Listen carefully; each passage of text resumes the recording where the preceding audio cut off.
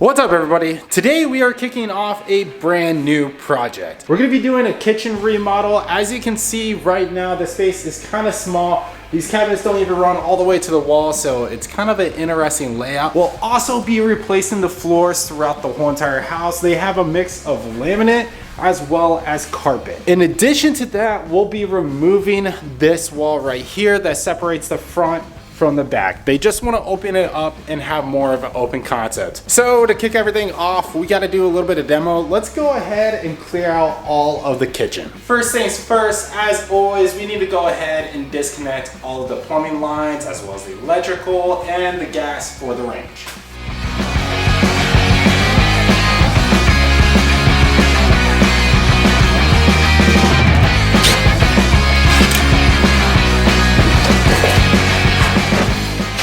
Next up, we'll go ahead and do the fridge. So first we'll push this up out of the way. Right here, all we have is the power. Just go ahead and disconnect that. No more power to the fridge. This is supply line. This is an ice box right here. Those things are really nice to have. We'll go ahead and turn this quarter valve real quick. Oh, it wants to fight me. Use my strong hand for that. Got that quarter valve turned.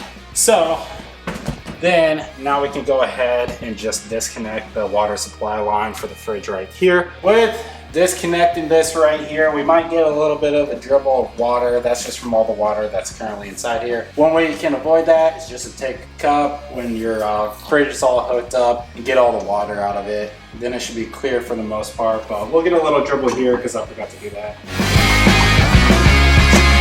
There we go, disconnected. Now we can go ahead and roll this fridge out of the way.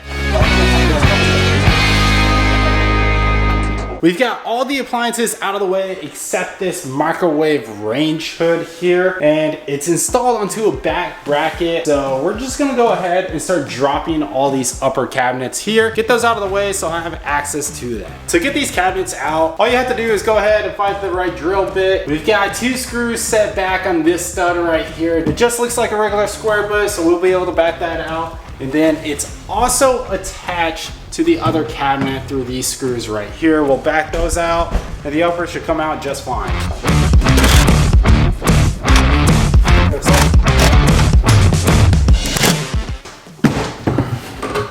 Boom, just like that, she's down.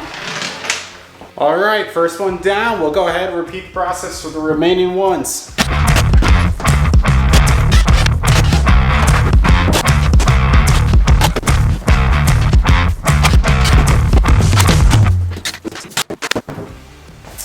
And unfortunately, one of the screws is all stripped out, so we're just gonna have to yank this puppy out.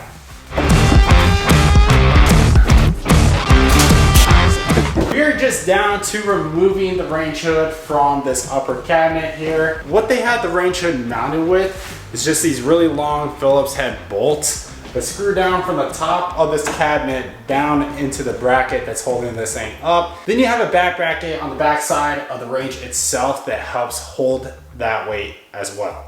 So let's go ahead, undo that last bolt, then we should be able to pick this thing up and lift it out.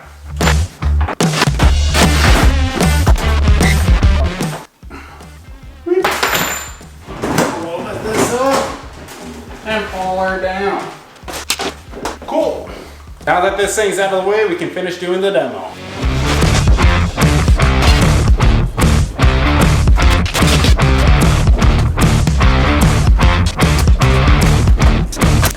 We've got the uppers officially removed from the wall here, so now we can go ahead and remove the lowers. For these, it's pretty much the same process. They have screws running into the stud, so we'll reach back, unscrew them, and then we should be able to pop this stuff out of place. We will have to pull the 4-inch backsplash that they have on there. We'll just use a pry bar and hammer for that, get that out of the way. That way we can just take this countertop and bust it right off.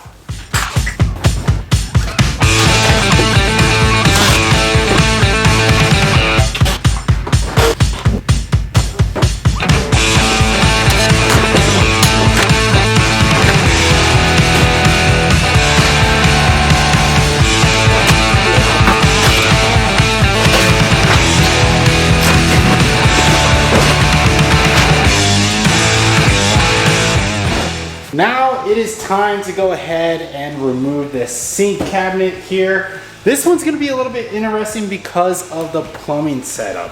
As you can see, the plumbing stems up from the ground. It's not actually in the wall like it should be. So what we're gonna do is take the oscillating tool and we're gonna have to cut out a square around these flanges right here, and then we should be able to pop this thing up and out.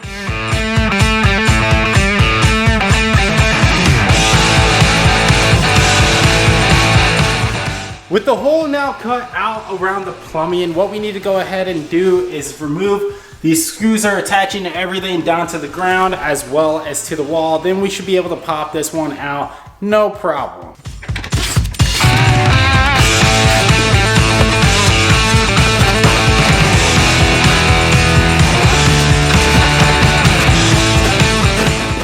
Well, now that we have the kitchen all cleared out of the cabinets, we are going to go ahead and move over into this living room here. They plan on adding in some recessed lighting. Since there is another story above this one right here, we need to go ahead and drop the drywall off the ceiling. Also, this wall is coming out here, so we might as well strip this of all the drywall as well. Removing drywall from the ceiling or from any surface is not that hard to do, but here's a couple of tips that'll make your life a lot easier. The tools that I like to use is either a circular saw or a multi-oscillating tool. What you'll want to do is go ahead and cut out little square sections and then just pull it off. It makes it super easy and really fast. You'll also want to make sure that you wear the proper PPE. I like to wear a respirator, some safety glasses, gloves, and hearing protection. And last but not least, if you have any ducting throughout the house, which you can tell with the register right here, you'll want to make sure that those are closed and covered. Otherwise, the drywall dust is going to get blown all throughout your whole entire house. It's going to clog up your filter and you won't be having a good time.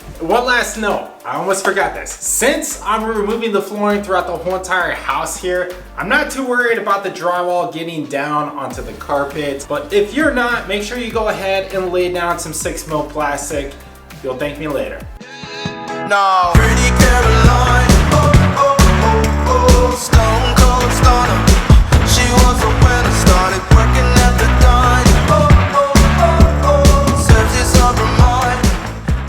As you can see, the ceiling drywall is actually tucked up and held up partially by the drywall that is on this wall. So, what we're going to do is take this jig tool, new blade, and we're just going to run it right up here in this corner. It's not perfect, but it separates the two so that when I pull this drywall from the ceiling, it doesn't damage the wall. And then with your new piece of drywall, you can just slide that right into where the old ceiling drywall was.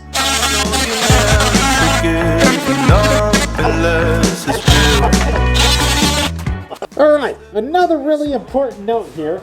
We have an electrical panel here on the inside. So I'm gonna go ahead and jig across the top of the ceiling right here. It's always important to make sure that you have the cut depth set correctly so that you're just barely breaking the surface. Otherwise, you can end up nicking some wires, some plumbing, or ducting. And that can make things really, really expensive.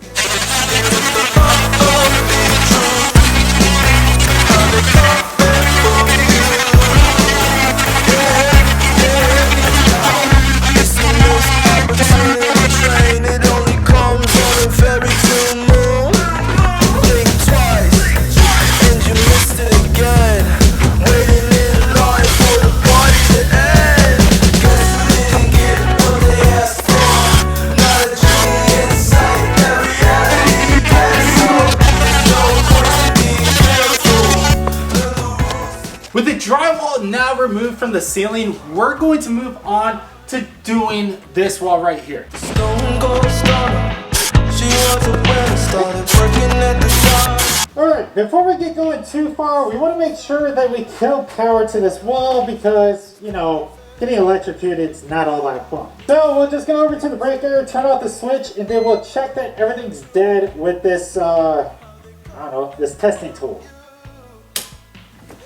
Is that? Now, let's see. Both of the outlets are now dead, so we should be pretty safe with this wall. It serves as a reminder to count your blessings, 'cause this town ain't fair. They'll put you down and leave you dead, don't make seem scared. But it's the how they coming for you. Yeah, yeah. All right, folks, and with that, we are all wrapped up for the day. We'll be back here tomorrow to continue on with the demolition. If you like this video, please be sure to give it a thumbs up. If you want to follow along with this project or any other ones, be sure to subscribe to the channel, and I'll see you on the next one.